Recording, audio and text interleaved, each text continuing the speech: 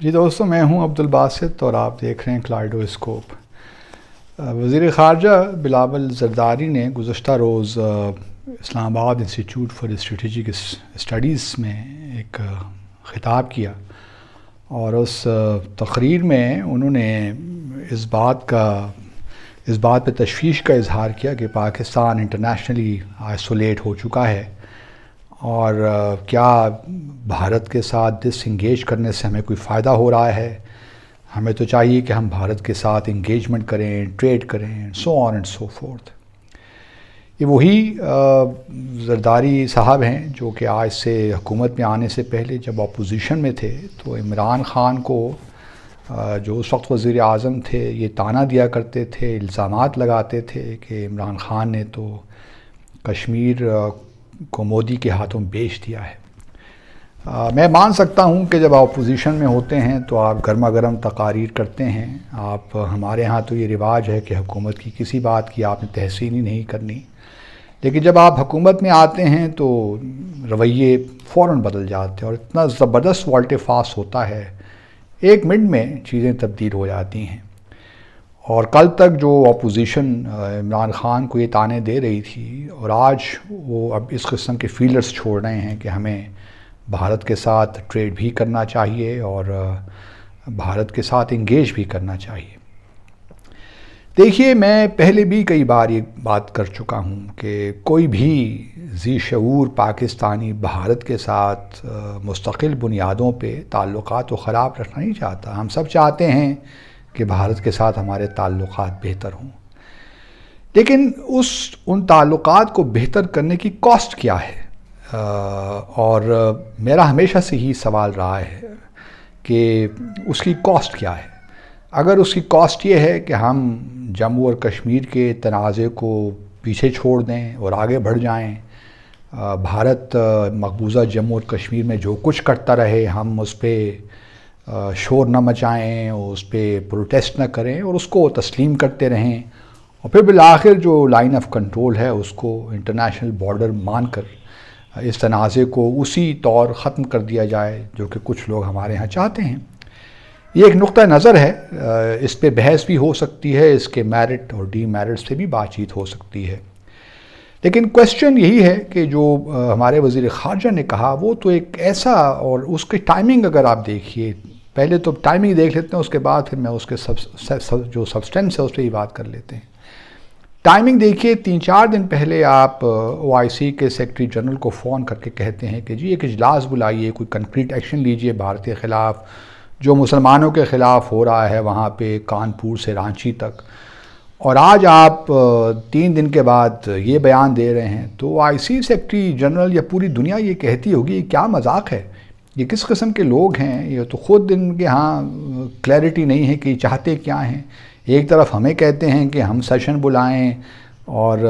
تجارت ختم کریں اور بائیکاٹ کریں بھارت کا، اور دوسری طرف اس قسم کے بیانات دے رہے ہیں، تو ہم خود ہی اپنی کریڈیبلٹی کو داؤ پہ لگا دیتے ہیں۔ اسی لیے دنیا نے ہم نے دیکھا کہ 5 اگست 2019 کے بعد OIC بھی ہمارے ساتھ کھڑا نہیں ہوا، کجا کہ ہم یونائٹڈ نیشن سیکیورٹی کونسل کا کوئی فارمل اجلاس بلوا لیتے یا کچھ اور کر لیتے، کہیں سے بھی ہمیں سپورٹ نہیں ملی۔ کا دکا 3-4 تقاریر ہو گئیں یونائٹڈ نیشن اسمبلی کے اندر، لیکن اس سے بیونڈ ہمیں کہاں سپورٹ ملی۔ اور آج بھی ہم وہی غلطی کر رہے ہیں۔ یہی لوگ جو اپوزیشن میں تھے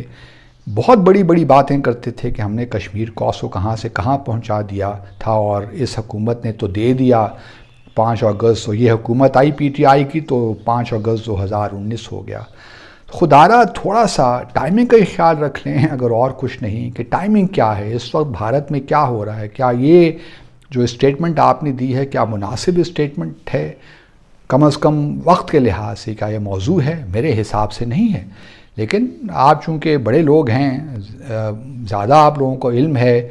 تو شاید کچھ وجہ مجبوری ہو، لیکن مجھے کوئی ایسی مجبوری نظر نہیں آتی کہ آپ اس قسم کی اسٹیٹمنٹ دیں۔ دوسری طرف اگر آپ اس کو انالائز کریں آن جو سبسٹنس ہے اس حوالے سے، تو ہم دیکھتے ہیں، اور مجھے یہ معلوم ہے کہ بیک چینل پہ باتیں ہوتی رہتی ہیں بھارت کے ساتھ، اور اس میں کوئی مذائقہ نہیں ہوتا، لیکن جب آپ چیزوں کو پبلک ڈومین میں لے کر آتے ہیں اور جب آپ اسٹرکچر ڈائلاگ کی بات کرتے ہیں تو پھر مسائل بڑھ جاتے ہیں. اس کی وجہ یہ ہے کہ بیک چینل پہ آپ ایک گراؤنڈ پریپیئر کرتے ہیں اور جب تک وہ گراؤنڈ پریپیئر نہیں ہو جاتا اس وقت تک آپ اسٹرکچر ڈائلاگ جو ہے اس وقت جو حالات چل رہے ہیں وہ مناسب نہیں ہے کہ آپ اسٹرکچر ڈائلاگ کریں. بھارت کی یہی کوشش رہی ہے کہ وہ آپ کو بیک چینل پہ الجھاتا ہے, آپ کو انگیج کرتا ہے, اور جو اسٹرکچر ڈائلاگ جب آتا ہے تو اس میں آپ کی پوزیشنز جو ہیں خاص طور پہ کشمیر پہ اس کو کمزور کرواتا رہتا ہے. اور یہ ہوا ہے پچھلے 2004 سے آنورڈز ہم نے یہ دیکھا ہے کہ کس طرح بھارت نے ہماری کشمیر پہ پوزیشن کو کمزور کیا اور کس طرح دہشت گردی کو جو ہے وہ میجر تنازع بنایا پاکستان اور بھارت کے درمیان. حالانکہ اصل تنازع تو جموں اور کشمیر ہے اور میرا یہ بالکل ماننا ہے, میں نے کچھ وقت گزارا ہے, کچھ تھوڑی بہت انڈرسٹینڈنگ میری ہے, اور میں آپ کو اس بات کا یقین دلاتا ہوں کہ پاکستان اور بھارت کے درمیان تعلقات اس وقت تک نارمل ہو ہی نہیں سکتے جب تک کشمیر کا تنازع حل نہیں ہوتا. یہ ہم بنیادی جو ہے چیز اگر ہمارے ذہنوں میں موجود رہے تو ہم پھر بہت کچھ کر سکتے ہیں. لیکن اس قسم کی اسٹیٹمنٹ دینا کہ بھئی ہم تجارت کریں, انگیجمنٹ کریں, اگر یہ کرنا ہے تو پھر خدارہ جائیے واپس نیشنل سیکیورٹی کمیٹی کے پاس جنہوں نے یہ 7 اگست 2019 کو ایک فیصلہ لیا تھا. پھر اس فیصلہ دوبارہ اس چیز کو ریویو کیجیے اور دیکھیے اگر آپ نے اپ گریڈ کرنے ہیں, ریلیشنز ہائی کمشنر بھجوانا ہے, تجارت کرنی ہے, کر لیجئے, ہمیں بھی کوئی اعتراض نہیں ہے. آپ حکومت میں ہیں, آپ جو کہیں گے ہم آپ کی بات مان لیں گے, لیکن اپنا نقطہ نظر ضرور بیان کریں گے کہ یہ مناسب نہیں ہے, یہ مناسب نہیں ہے. اگر پاکستان آئسولیٹڈ ہے تو اس کی وجہ کشمیر یا ہمارے بھارت کے ساتھ تعلقات نہیں ہیں, اس کے ہمارے اندر کمزوریاں ہیں. ہمارے اندر جو معاملات ہیں, میمو گیٹ سے لے کر ڈان لیکس تک کے جو ایشوز ہیں, اگر آپ ان کو ہی دیکھ لیجئے تو آپ کو اندازہ ہو جائے گا کہ ہم کہاں کھڑے ہیں. تو خدارہ پاکستان کی سفارتکاری کو, پاکستان کی فورن پالیسی کو مذاق مت بنائیے. ہم نے ایک پوزیشن لی ہے اور بڑی مناسب پوزیشن لی ہے. وہ الگ بات ہے کہ ہم انٹرنیشنل کمیونٹی کو اس طرف لا نہیں سکے, اور اس میں بہت سے مسائل ہیں. میں پچھلے 2-3 سالوں سے ڈسکس بھی کر رہا ہوں ان چیزوں کو, لیکن اتنا بڑا والٹے فاس تو میں سمجھتا ہوں بہت بڑی زیادتی ہے, نہ صرف پاکستانیوں کے ساتھ بلکہ بنیادی طور پہ کشمیریوں کے ساتھ جو بے شمار قربانیاں دے رہے ہیں, اور ابھی تک انہوں نے پاکستان کا جھنڈا ہاتھوں پہ اٹھائے رکھا ہے. ایک طرف یاسین ملک صاحب کے ساتھ کیا ہو رہا ہے, شبیر شاہ صاحب کے ساتھ کیا ہو رہا ہے, مسرت عالم کے ساتھ کیا ہو رہا ہے, آسیہ اندرابی کے ساتھ کیا ہو رہا ہے, ڈاکٹر قاسم فختو کے ساتھ کیا ہو رہا ہے, بلال لون کے ساتھ کیا ہو رہا ہے. کتنے نام میں آپ لوگوں کو گنواؤں, اور کتنی مائیں بہنوں نے ہماری جو ہیں کشمیر میں عصمتیں لوٹی ہیں, ان کی لوٹی گئی ہیں, اور کیا کیا مظالم انہوں نے برداشت نہیں کی. اور آج جو بھارت کر رہا ہے یہ سارا جو ایک پروسیس چل رہا ہے ڈیلیمیٹیشن کا, ڈیموگرافی چینج کرنے کا, تو آپ بھارت سے انگیج کرنا چاہتے ہیں, کیا نکال لیں گے آپ بھارت سے انگیج کر کے؟ تو تھوڑا بہت حوصلہ کیجئے, جلد بازی سے کام مت لیجئے, اور جب انشاءاللہ اگلے انتخابات ہوں گے اور اگر آپ کو 5 سال کا مینڈیٹ ملتا ہے تو آئیے گا اور اپنی پالیسی لے کر آئیے گا اور دیکھ لیں گے کیا ہوتا ہے. لیکن ہم اس قسم کے بیانات سے اپنی کریڈیبلٹی لوز کرتے ہیں اور ہمیں حاصل کچھ نہیں ہوتا, اور ہم مزید اپنی جو کشمیر پالیسی ہے اس کو مزید نقصان پہنچاتے ہیں.